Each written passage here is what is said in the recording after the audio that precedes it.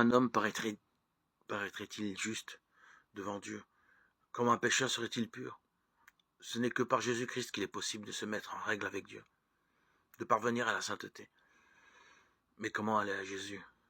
Ils sont nombreux ceux qui, avec la multitude, convaincus de péché au jour de la Pentecôte, s'écrient « Que ferons-nous » Les premiers mots de Pierre en réponse à cette question furent « Répentez-vous ».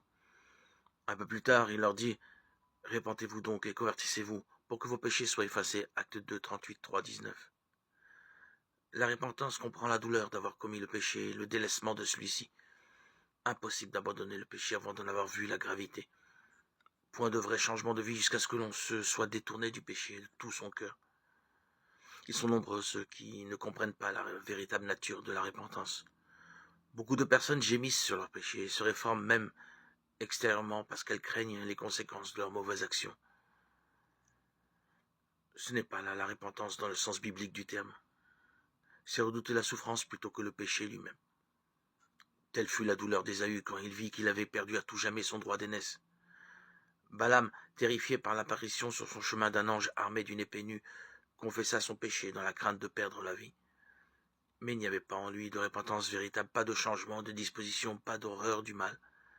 Judas Iscariote, après avoir trahi son Seigneur, s'écria « J'ai péché » en livrant le sang innocent. Matthieu 27, 4.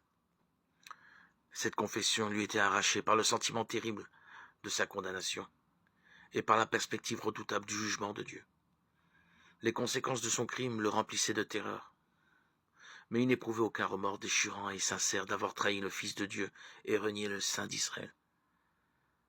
Pharaon, au moment où les jugements de Dieu s'appesantissaient sur lui, reconnaissait son péché, mais ce n'était que pour échapper au châtiment, car dès que les plaies s'éloignaient, il recommençait à braver le ciel.